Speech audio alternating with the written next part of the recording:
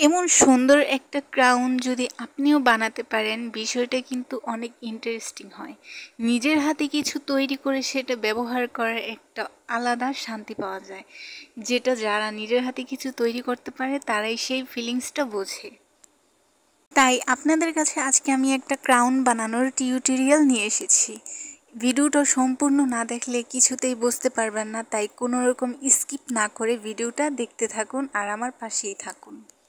ফুলগুলো আমি বালুর মাঠ থেকে কুড়িয়ে এনেছি, যার কারণে ফুলগুলো তো অনেক ভালো ছিল। তাই আমি ফুলগুলো ভালোভাবে ধুয়ে পরিষ্কার করে একটা কিছুতে ঝরা দিয়ে রেখেছিলাম, যার কারণে ফুলের পানিগুলো শুকিয়ে গেছে। এখন আমি সুন্দরভাবে ক্রাউনটা বানাতে পারতেছি।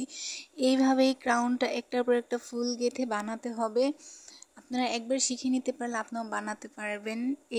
এই ধরনের নিজের বানানো ক্রাউনগুলো পরে কিন্তু আপনি ফাল্গুনে বা ভালোবাসা দিবসেও ঘুরতে যেতে পারবেন। আর এটাই হচ্ছে আমার ক্রাউনের ফাইনাল লুক। দেন একটা আংটিও বানিয়েছি।